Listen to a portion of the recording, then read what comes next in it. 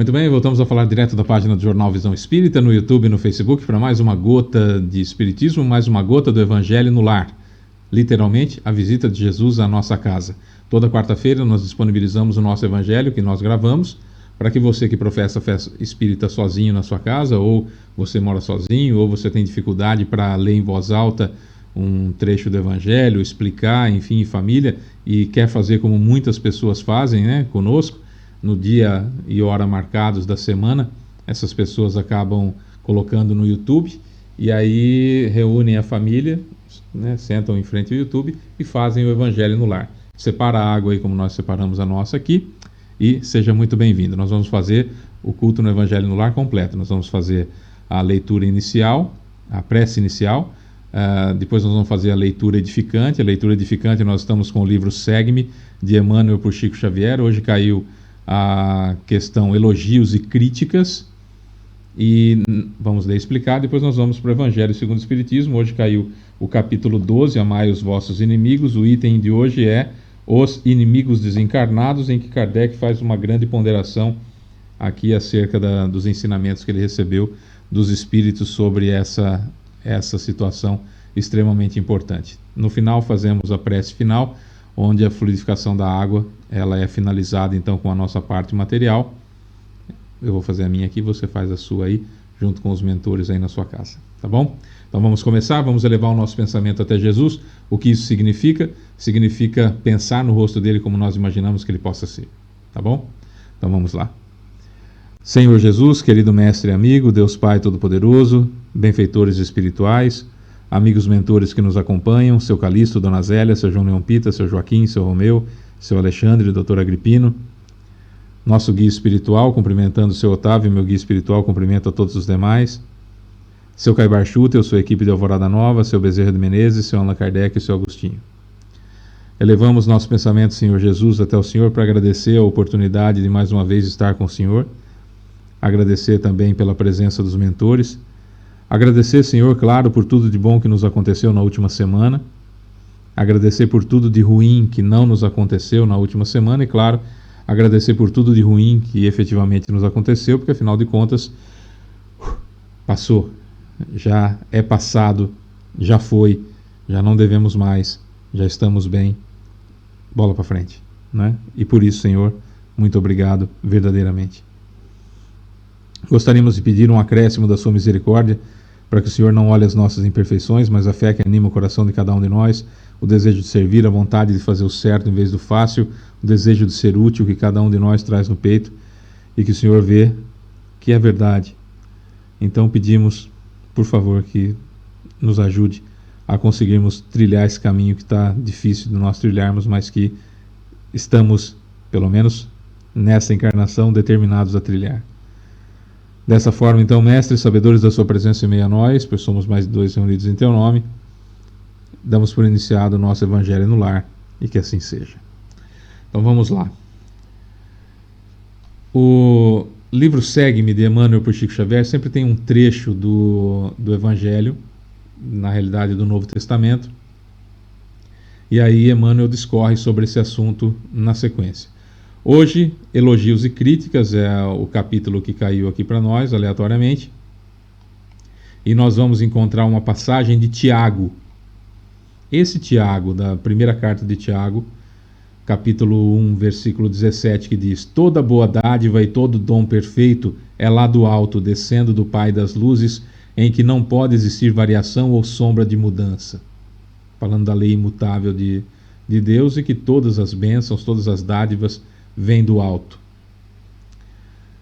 Esse Tiago não é nem o Tiago maior e nem o Tiago menor, que eram apóstolos de Jesus. Esse Tiago é o irmão de Jesus.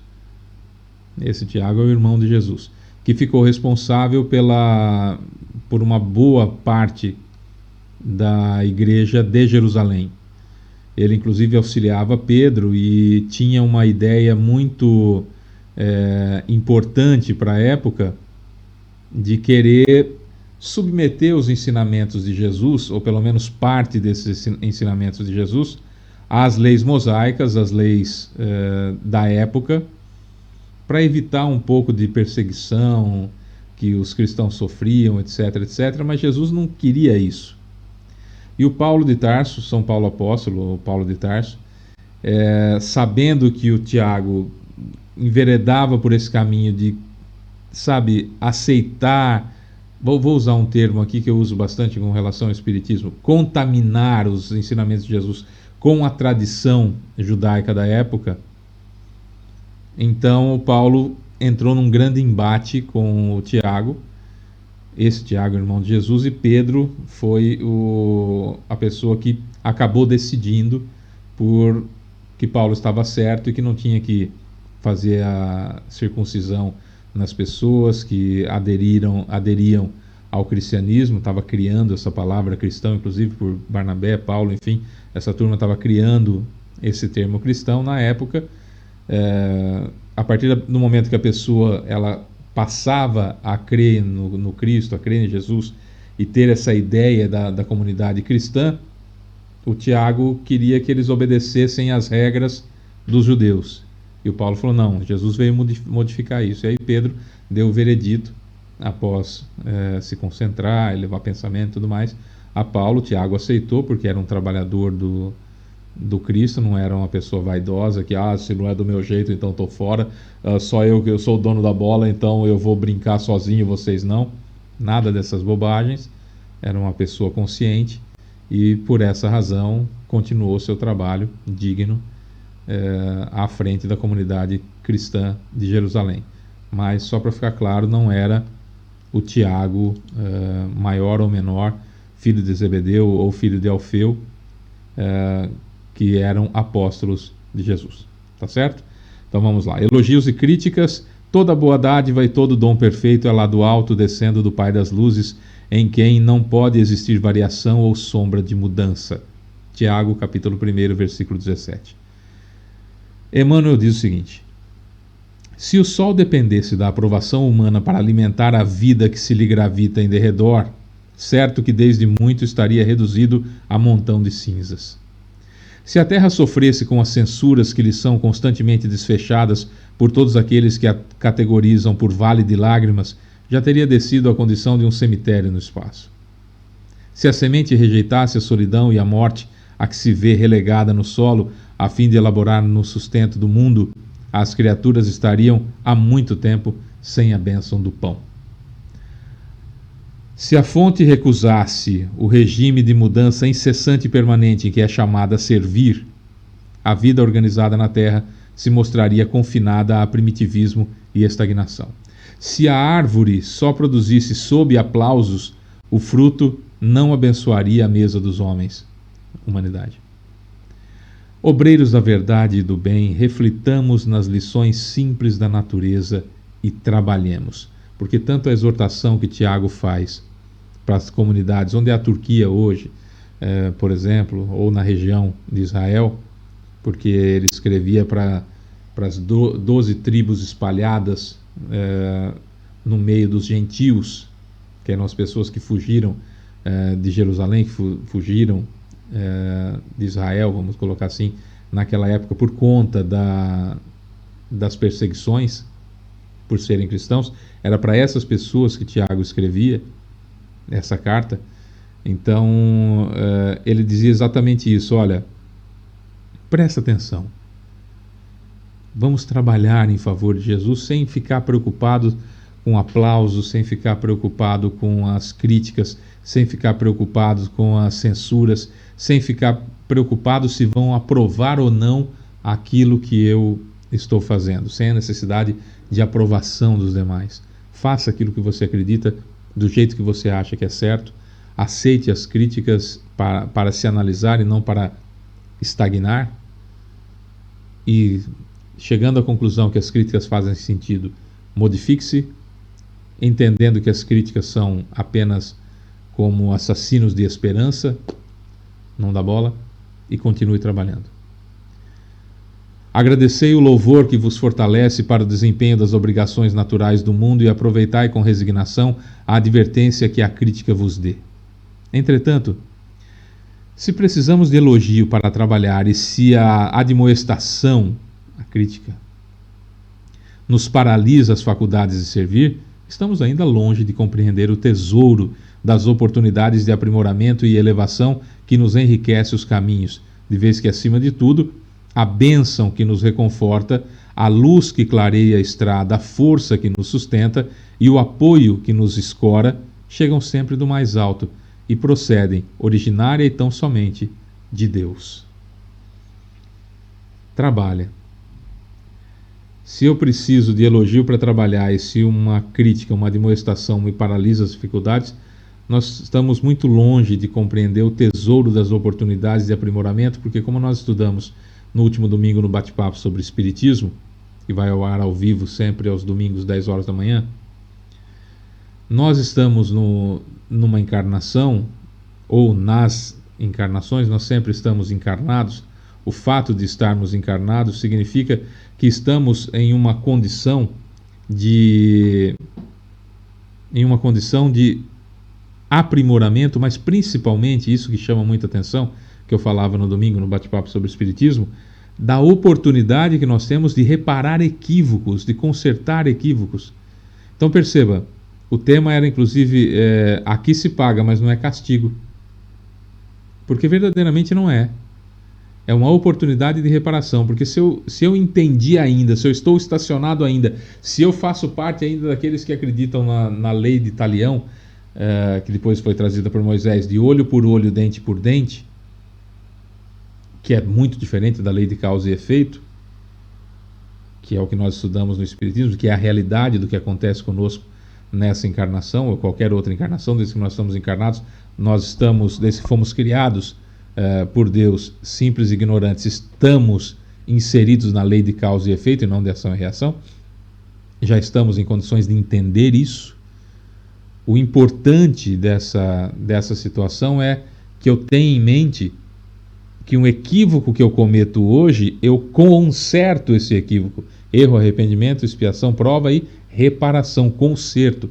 Eu conserto esse equívoco que eu cometi. Isso é um ponto extremamente importante. Extremamente importante. Eu preciso entender claramente como que as coisas acontecem. Porque é exatamente assim. É totalmente diferente dessa história de ação e reação. Porque vamos imaginar que por um motivo qualquer eu mate você nessa encarnação. Isso automaticamente não te dá direito de me matar na próxima.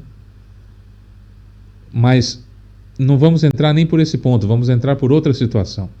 Vamos imaginar então que você é um espírito bastante evoluído, e por ser um espírito bastante evoluído, quando eu cometo esse desatino e acabo assassinando o seu corpo, e você, sendo um espírito evoluído, você entende que aquilo foi uma expiação que você precisava passar, entende a minha pequenez e segue seu caminho. Eu nem vou encontrar mais com você. Como é que faz? Vai ficar impune isso?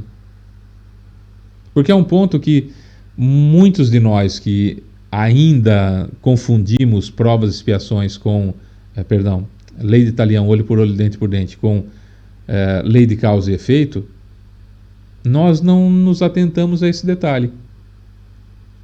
Né? Porque no plano espiritual a coisa muda de figura. Então eu causo um mal enorme a você, seja esse mal qual for, e você, ao desencarnar, você fala assim, não, beleza, já quitei isso, já não devo mais, o Fábio que se vire lá com a lei divina e natural, eu vou seguir a minha vida, e segue a evolução dele, e não passa pela cabeça dele o desejo de vingança. E aí, como é que faz? Eu vou ficar impune?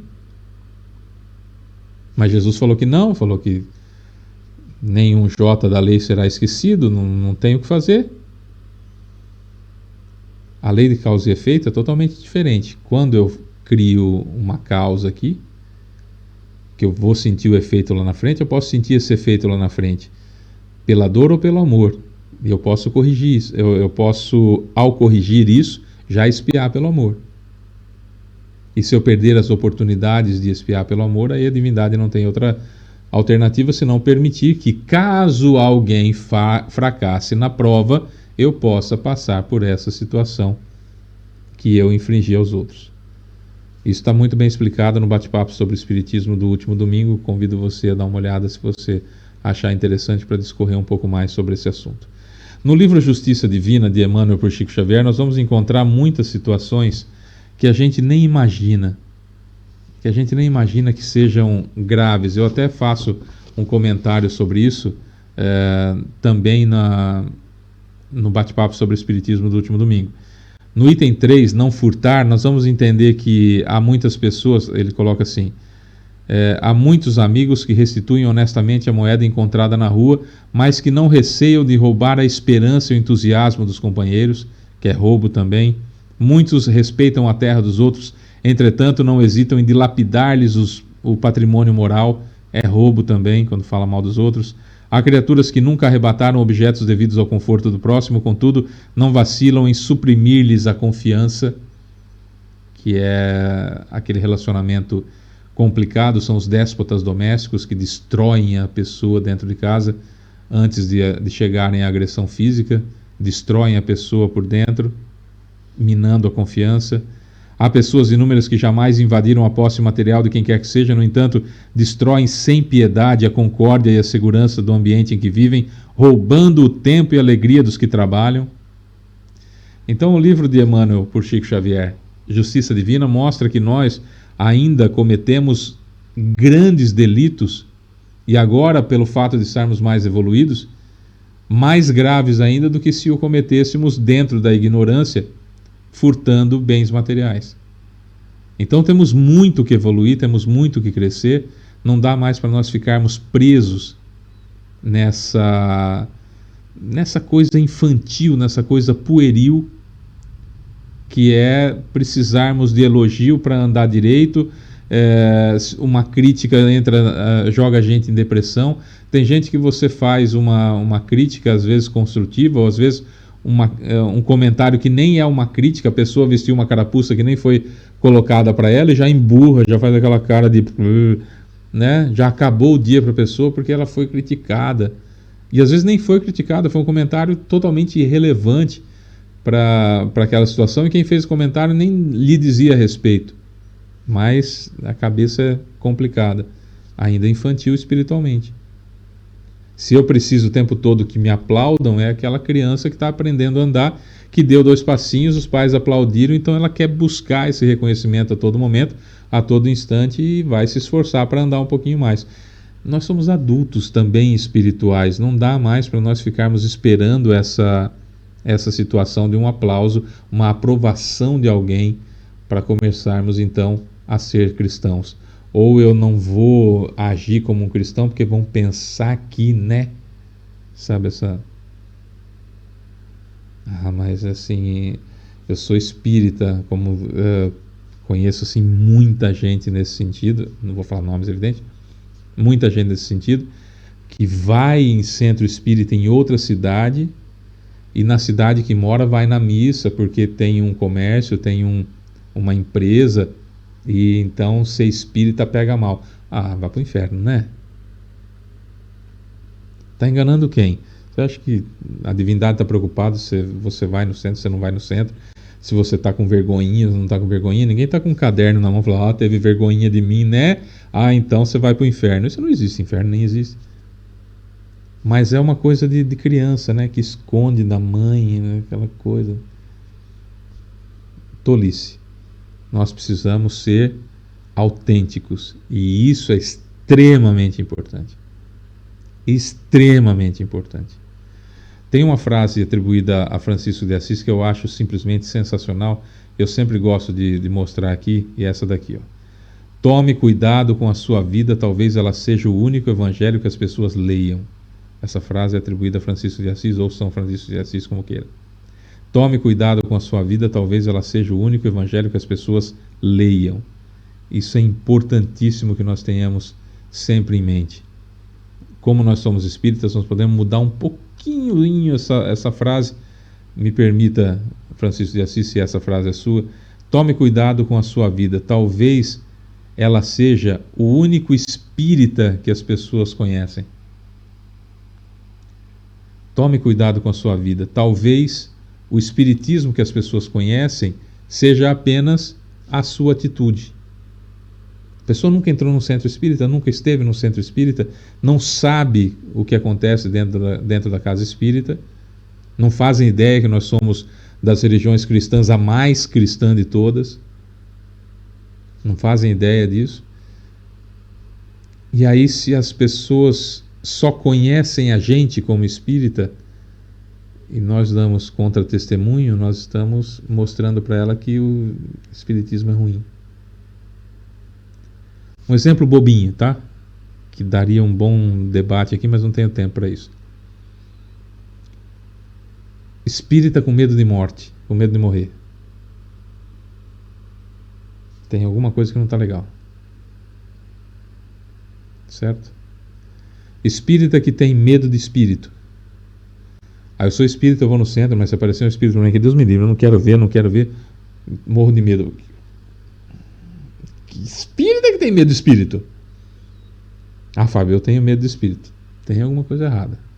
Você é espírita porque você fez sua transformação moral, você é espírita porque você luta contra as más inclinações, mas está dando contra-testemunho, bem. Precisa dar uma mudadinha nessas coisas aí, entender que eles não podem fazer mal pra gente, etc, etc, etc. Tá? Certo? No Evangelho segundo o Espiritismo, no Amai os vossos inimigos, nós vamos falar, por exemplo, dos inimigos desencarnados. E aí, muitos de nós espíritas temos a mania horrorosa, infantil, grotesca, bárbara, de falar assim: o inimigozinho, eu tenho um irmãozinho que está me obsidiando. Para de tolice. Por que falar desse jeitinho? Nem é necessariamente o inimigo que está ali. Às vezes é um cara que trabalha para um grupo de obsessores que está fazendo o trabalho ali, enquanto aquele que te odeia e que solicitou o trabalho está fazendo a parte dele em outra pessoa. Que isso é muito comum, inclusive, no plano espiritual. Precisa estudar. Aí sai falando essas bobagens por aí. Eu tenho um irmãozinho que me odeia, que sempre está comigo. Mas um dia ele vai me perdoar. Ou então, aconteceu alguma coisa, eu tropecei no pé da mãe e fui parar no pé do pai. Sabe aquela música? Ou como dizia um colega meu de escola, tropiquei no vãozinho do rejuntado. Né? Foi o inimigo, foi o encosto. Nem existe esse termo no Espiritismo. Foi o encosto, foi o irmãozinho que me persegue e que me fez isso. Imagina isso chegando na cabeça de uma outra pessoa, nos ouvidos de uma outra pessoa que nunca teve contato com o Espiritismo. Ela vai olhar pra gente e falar assim: isso é um negócio de doido.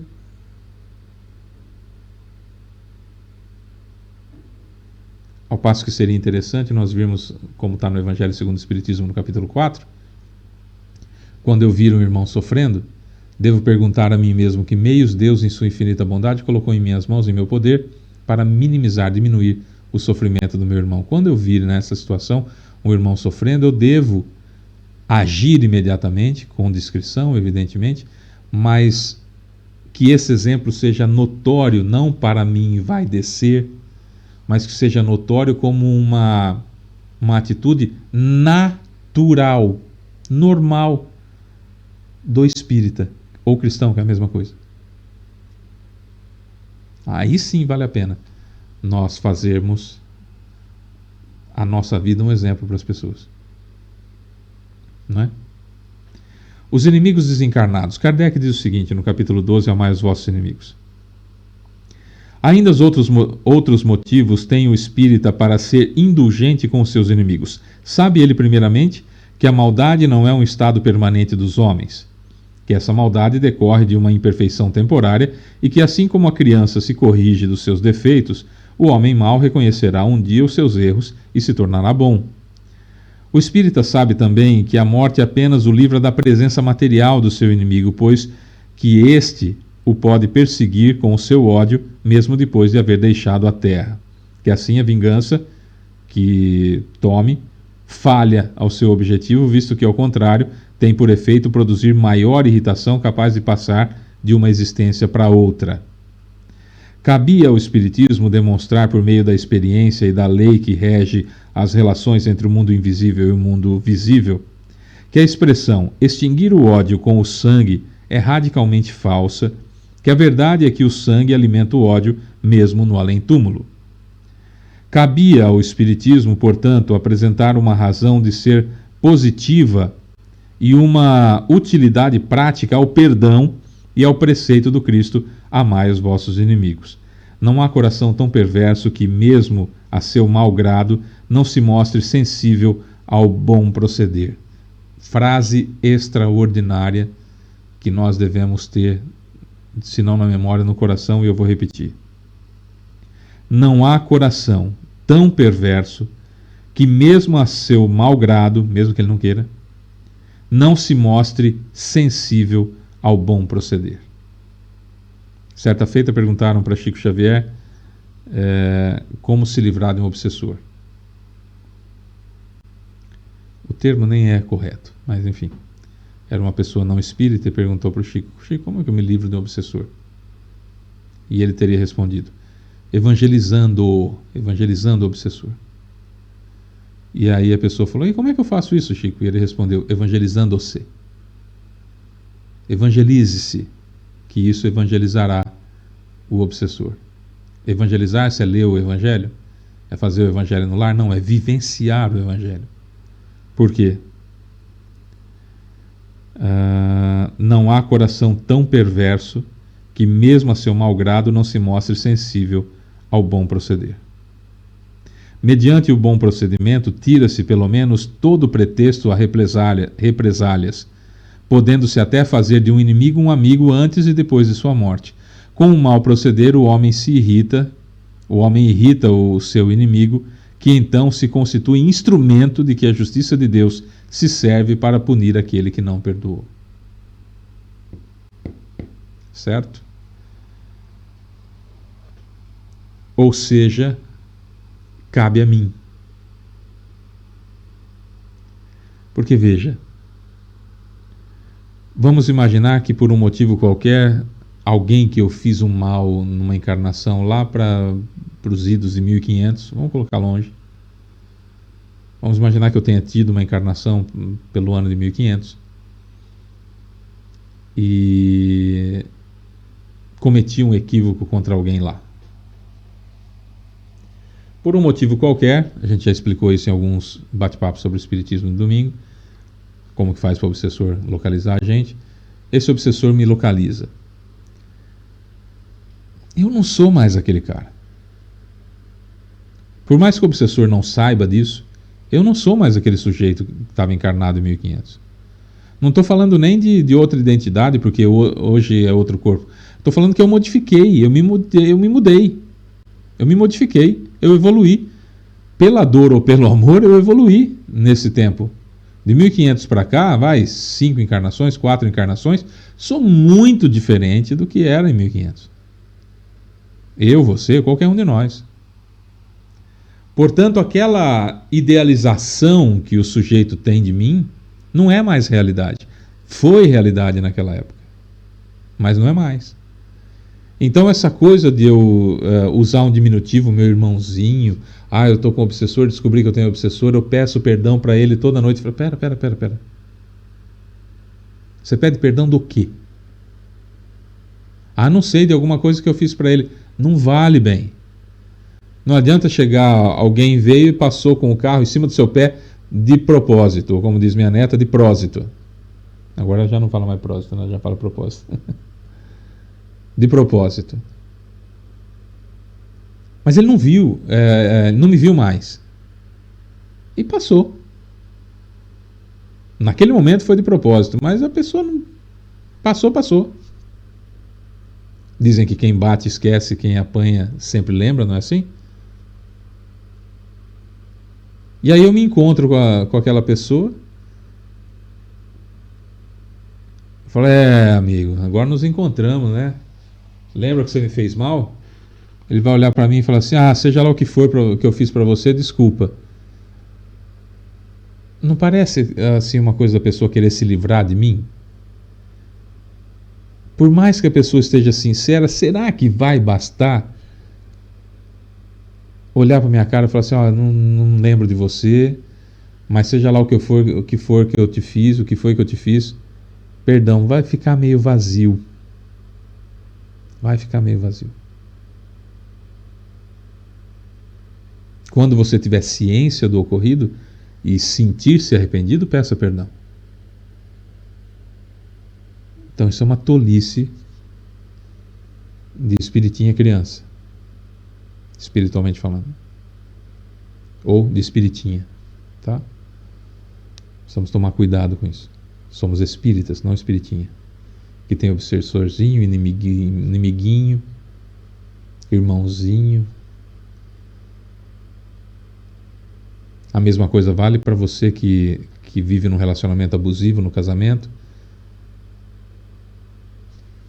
Para com esse negócio de achar que você deve para outra pessoa porque em outra vida você fez alguma coisa e tem que aturar. Para. Com filho a mesma coisa.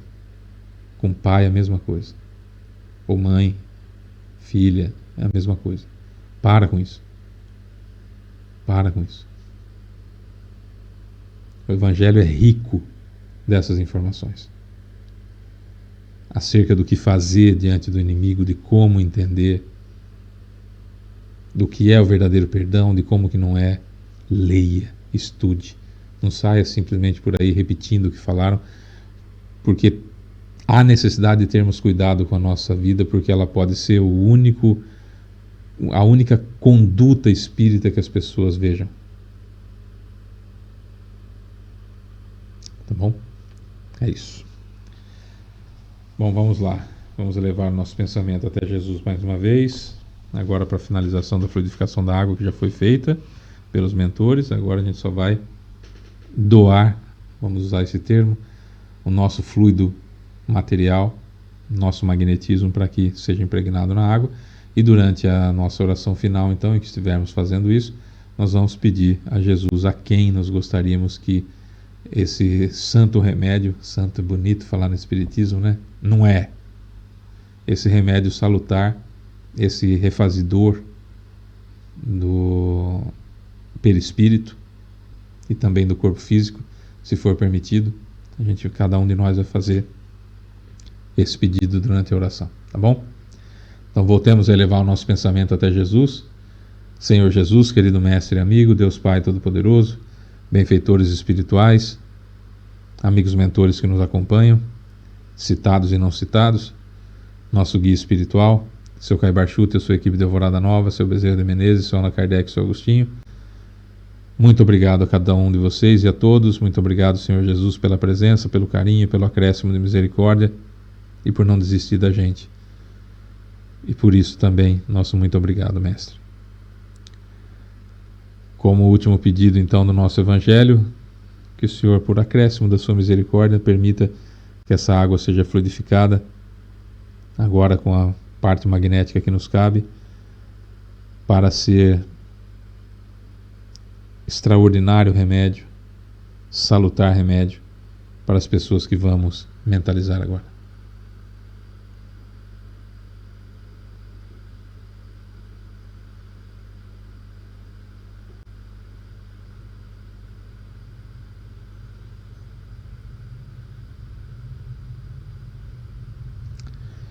É isso, Mestre.